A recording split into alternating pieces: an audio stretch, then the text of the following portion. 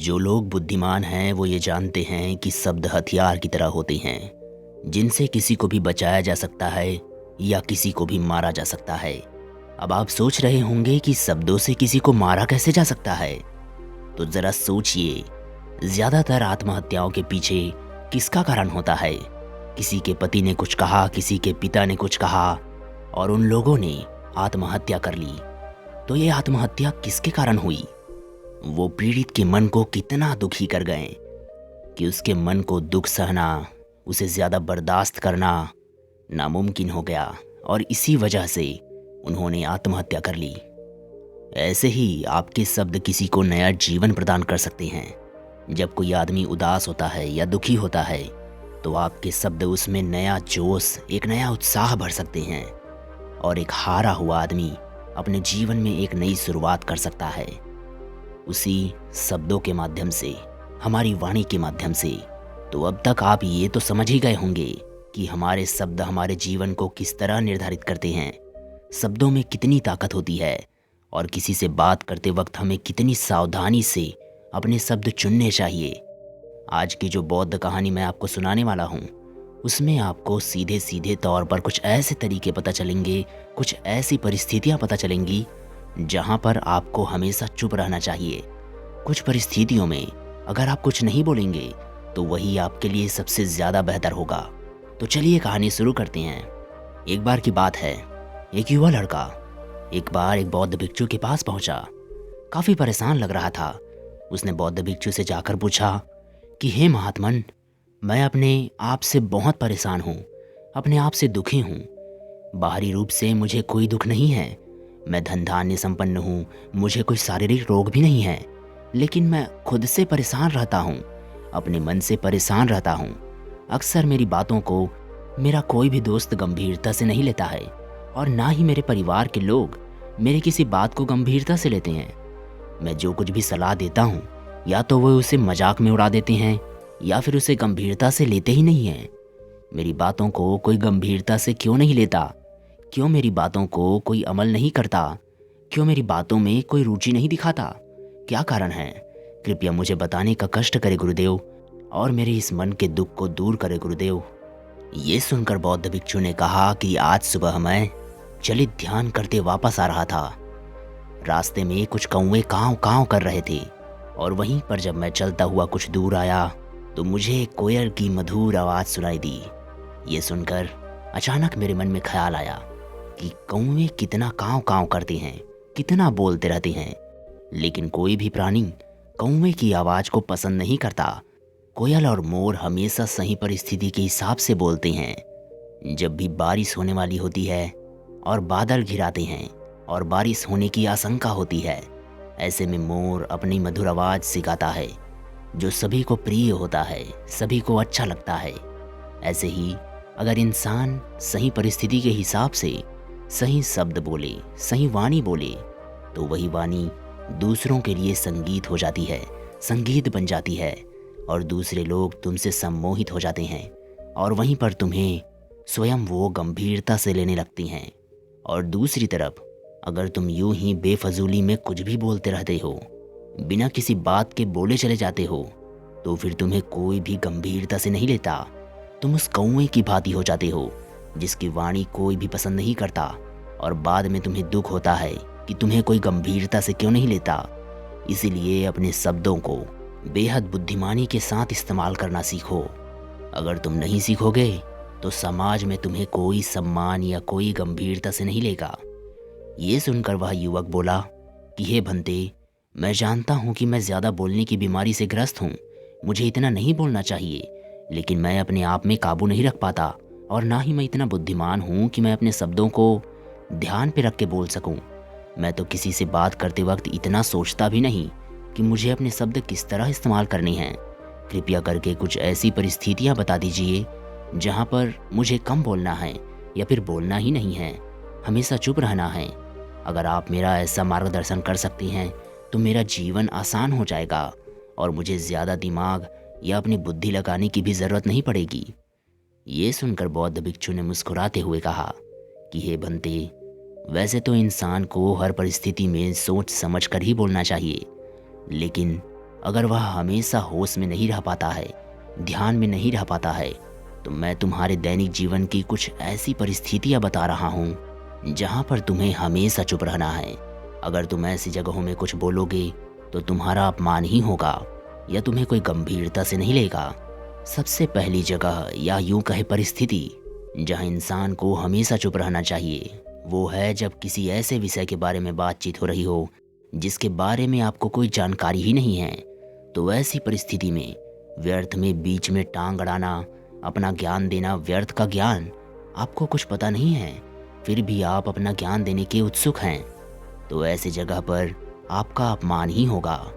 ज़रा तुम खुद सोचो, जब कोई बीमार आदमी अपने बीमारी के बारे में चर्चा कर रहा हो और आपको उस बीमारी के बारे में कोई भी ज्ञान नहीं है, लेकिन फिर भी व्यर्थ में बेकार में ही आप उसे ऐसी ऐसी औषधियाँ बता रहे हैं जिसका बीमारी से कोई तालमेल ही नहीं है, तो ऐसे में आप अपनी प्रतिष्ठा अपने हाथों से गंवा रहे होते हैं और आपको पता ही नहीं होता। ऐसी परिस्थिति में आदमी को हमेशा सुनना चाहिए, ध्यान से सुनना चाहिए। ध्यान से सुनने की एक कला होती है। अगर आप सुनने का दिखावा करेंगे तो कहीं ना कहीं सामने वाली आदमी को भी एहसास हो जाता है कि यह मेरे सामने सुनने का दिखावा कर रहा है या ध्यान से नहीं सुन रहा है। इसीलिए जब आपको किसी विषय के बारे में पूरी तरीके से जानकारी ना हो तो वहाँ पर केवल अपने कान लगाना ही ज़्यादा महत्वपूर्ण होता है, ज़्यादा ज़रूरी होता है।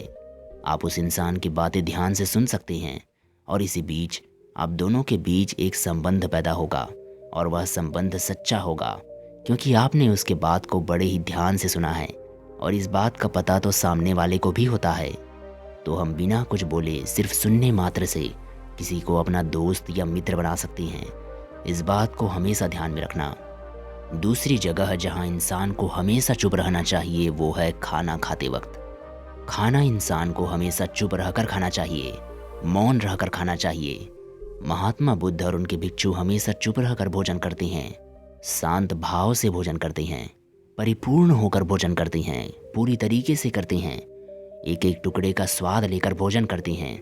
और ऐसा भोजन जब आपके शरीर में पहुंचता है तो वह आपके अंग अंग तक ऊर्जा पहुंचाता है।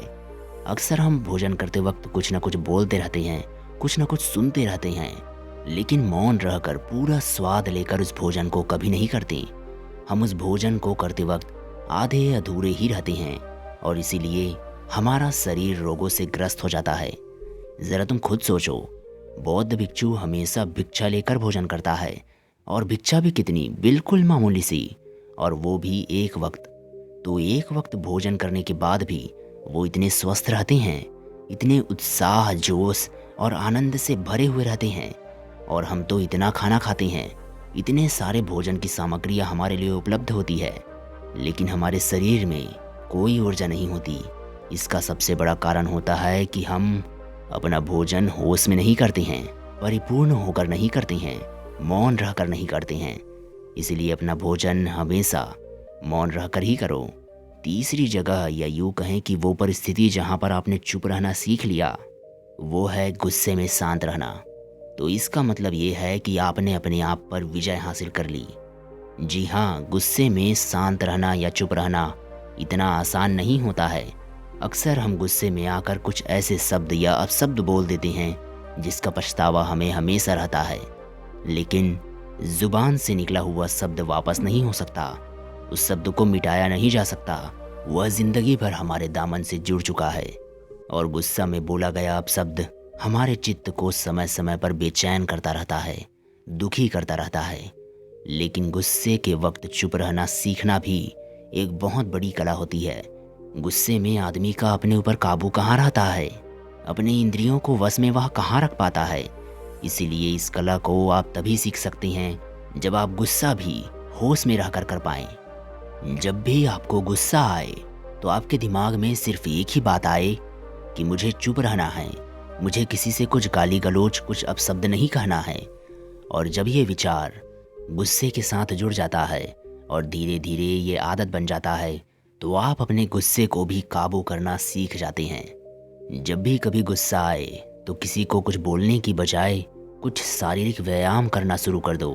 कुछ उछलना, भागना, दौड़ना या कि जिम करना, कुछ भी आप ऐसा व्यायाम कर सकते हो जिसमें आपका शरीर थक जाए। तो आप पाएंगे कि जब आपका शरीर थक जाता है तो आपका मन भी शांत हो जाता है। आपने उस गुस्से की ऊर्जा को एक सकारात्मक रूप दे दिया।